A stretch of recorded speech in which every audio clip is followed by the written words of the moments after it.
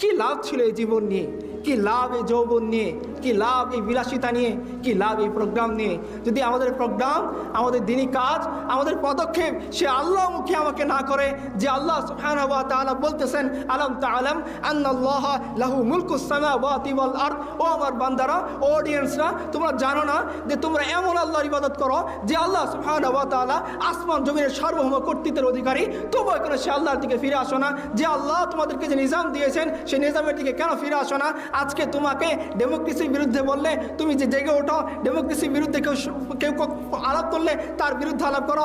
আল্লাহর বিরুদ্ধে যখন আলাপ হয় তখন তুমি কেন আলাপ তুলো না? যখন রসুলের বিরুদ্ধে আলাপ হয় তখন তুমি কেন আলাপ তুলো না? তোমার ক্যারিয়ার ভার্সেস দিন, তোমার অবস্থান ভার্সেস দিন, তোমার টাকা পয়সা ভার্সেস দিন, যখন দিনের সাথে ক্যারিয়ারের সংঘর্ষ, দিনের সাথে টাকা পয়সার সংঘর্ষ, দিনের সাথে নিজের অবস্থানের সংঘর্ষ, তখন তুমি কেন আমার দিনের ছায় আশ্রয় নেও না? আর এটা তো সেই দিন যে দিন বদরের ময়দানে 313 জনের বিপরীতে 1000 জনের মোকাবেলায় বিজয় এনে দিয়েছেন। এই দিন তো সেই দিন যে দিন হুনাইনের ময়দানে 12,000-এর মোকাবেলায় 20,000 ছিল, আল্লাহ সুবহানাহু ওয়া তাআলা বিজয় এনে দিয়েছেন। আর এই দিন তো সেই দিন আহজাবের যুদ্ধের মধ্যে 3,000-এর মোকাবেলায় 10,000 ছিল শেষ পর্যন্ত।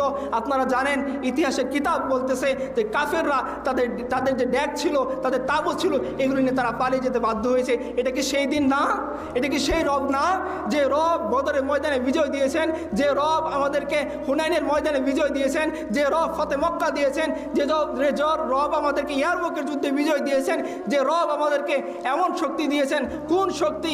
চলেন ইতিহাসের পাতাকে জিজ্ঞাসা করেন। রাসূলুল্লাহ সাল্লাল্লাহু আলাইহি ওয়াসাল্লামের সাহাবী সাদ ইবনে আবি ওয়াক্কাস রাদিয়াল্লাহু আনহু, তিনি যখন সমুদ্রের মধ্যে দাঁড়িয়ে গিয়েছেন, দরিয়ার মধ্যে, দাজলা নদীর মধ্যে, তিনি জিজ্ঞাসা করতেছেন, ও আমার সঙ্গীরা, তোমরা কি চাও? এই যে আল্লাহ সুবহানাহু ওয়া তাআলার দিন সেটা এই পর্যন্তই সীমিত হয়ে যাক, নাকি দরিয়ার ওই পাশে নিয়ে যাব? সমস্ত সাহাবীরা, তার সঙ্গীরা, তার অধীনস্থরা বলতেছেন, না আমাদের লিডার, আমরা এখানে আল্লাহর দিনকে খতম করব না, আমরা দরিয়ার পরেও ওর পরেও দিনকে নিয়ে যাব, কিন্তু আমাদের যাওয়ার মতো কোনো পোল নাই, কোনো যাওয়ার মতো সাঁকো নাই, কোনো নৌযান নাই, আমরা কীভাবে যাব? ওই মুসলিমদের আমির সাদ ইবনে আবি ওয়াক্কাস বলতেছেন, সে আল্লাহর উপরে ভরসা করো, ঘোড়াকে চালাও। ইতিহাসের কিতাব সাক্ষী। না না না, আমি কোনো বানোয়াট কাহিনী আপনাদেরকে বলতেছি না, আমি কোনো টিভি সিনেমার গল্প আপনাদের সামনে বলতেছি না, আমি হুমায়ুন আহমদের লেখা কোনো উপন্যাস আপনাদের সামনে বলতেছি না, আমি সেই কাহিনী বলতেছি যে কাহিনী নবী মুহাম্মদ রাসূলুল্লাহ সাল্লাল্লাহু আলাইহি ওয়াসাল্লামের সঙ্গী তার উম্মতের সাথে ঘটছে। তারাও উম্মত, আমরা উম্মত, কান খাড়া করে শুনি সেই ঘটনার শেষ বিন্দু কোথায় গিয়ে দাঁড়ায়। রাসূলুল্লাহ সাল্লাল্লাহু আলাইহি ওয়াসাল্লামের সাহাবীরা যখন তারা সেই ঘোড়া নিয়ে দাজলা নদী পার হয়ে গেলেন, তো দেখা গেল ঘোড়ার একটা খুরও সে দাজলা নদীর পানিতে ডুবে নাই। আল্লাহ সুবহানাহু তাদেরকে পার করে দিয়েছেন। ইকবাল সে কথাকে স্মরণ করে বলেছেন, দাস্তো দাস্তে দরিয়া ভি না ছোড়ে হামনে, বেহের জুলমত পে দৌড়া দিয়ে ঘোরে হামনে। আরে জমিন তো দূরের কথা, আমরা তো পানিকেও ছাড়ি নাই, পানির উপরে আমরা ঘোড়া দৌড়িয়ে দিয়েছি।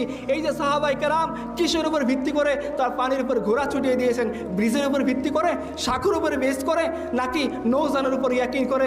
না ভাই, নৌজানের উপর ইয়াকিন করে না, ব্রিজের উপরে ইয়াকিন করে না, কোনো দুনিয়ার তাকতের উপর ইয়াকিন করে না, এক আল্লাহর উপর ইয়াকিন করে তারা তাদের ঘোড়াকে দরিয়ার বুকে চালিয়ে দিয়েছেন। ফলে কি হয়েছে? ফলে যখন দেখতেছিল শত্রু বাহিনী, এরা কারা যারা দরিয়ার বুকে ঘোড়া চালিয়ে এই পাশে চলে আসতেছে, ওরা বলতেছে, খবরদার এই বাহিনীর সাথে যুদ্ধ করে বিজয় লাভ করার স্বপ্ন দেখো না। এরা এমন বাহিনী যাদেরকে না আসমান আটকাইতে পারবে, না জমিন আটকাইতে পারবে, না দুনিয়ার কোনো শক্তি তাদেরকে আটকাইতে পারবে। এই দৃশ্য দেখার পরে কাফেররা ময়দান ছেড়ে ফেঁকে চলে গিয়েছে। এটা কোন শক্তি ছিল আমাকে বলেন প্রিয় ভাইরা? আমেরিকার শক্তি? এটা কি রাশিয়ার শক্তি? এটা ইসরায়েলের শক্তি? এটা মিসাইল পাওয়ারের শক্তি? না ভাই, এটা মিসাইল পাওয়ারের শক্তি না, এটা দুনিয়ার তাকত না, এটা মার্কাবা ট্যাঙ্কের শক্তি না, এটা ড্রোনের শক্তি না, এটা সেই শক্তি যার জবাব আমরা এক পাহাড়ি মোল্লার কাছে যাই। পাহাড়ি মোল্লাকে গিয়ে সবাই যখন বোঝাচ্ছিল যে আপনি যে ভাইকে আশ্রয় দিয়েছেন সেই ভাইকে যদি আপনি আশ্রয় না তুলে দেন আমেরিকার হাতে, তাহলে আপনার যে ইমারত আর ইসলামিয়া সেটাকে তারা তছনছ করে দিবে।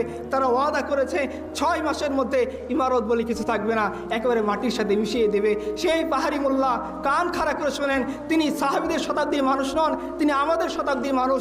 যে শতাব্দীর মধ্যে আমি আপনি বসবাস করতেছি, তারও তো জওয়ানি ছিল, তারও তো যৌবন ছিল, তারও তো দুনিয়া ছিল, তারও তো পরিবার ছিল, তারও ইমারত ছিল, তারও ক্ষমতা ছিল, আপনার আমার তো বেশি ছিল। আমরা 57,000 বর্গ মাইলে গর্ববোধ করি, তার বর্গ মাইলে হয়তো আমাদের চেয়ে বেশি ছিল। এই পাহাড়ি মোল্লা রহমতুল্লাহ আলাই তিনি বলতেছিলেন, আরে শুনে রাখো, যারা আমাকে বুঝাইতে আসছো যে এই ভাইকে যদি আমি শত্রুর হাতে তুলে না দিই তাহলে তারা আমি ইমারতকে ঘুরিয়ে দেবে, আরে শোনো, ওই শত্রুরা ওয়াদা করেছে তারা 6 মাসের মধ্যে ইমারত ঘুরিয়ে দেবে, আর আমার রব ওয়াদা করেছেন আমাকে তিনি বিজয় করবেন। আমি দেখতে চাই কার ওয়াদা সত্য হবে। আরে ভাই, তো আমাদেরই শতাব্দীর মানুষ। সব কথা বাদ দেন, সাহাবায়ে কেরাম তো বহুত দূরের কথা, তাদের ইয়াকিনের সামনে যদি আমাদেরকে দাঁড় করানো হয় মিসমার হয়ে যাবে সমস্ত অহংকার। তাদের সামনে যদি দাঁড় করিয়ে দেওয়া হয় মিসমার হয়ে যাবে সমস্ত আমল। তাদের সামনে যদি দাঁড় করিয়ে দেওয়া হয় বলার মতো কোনো কিছু থাকবে না। এই পাহাড়ি মোল্লা রহমতুল্লাহ আলাই, তার সামনে যদি আমাদেরকে দাঁড় করিয়ে দেওয়া হয়, বলেন সে জবাবটা কি হবে?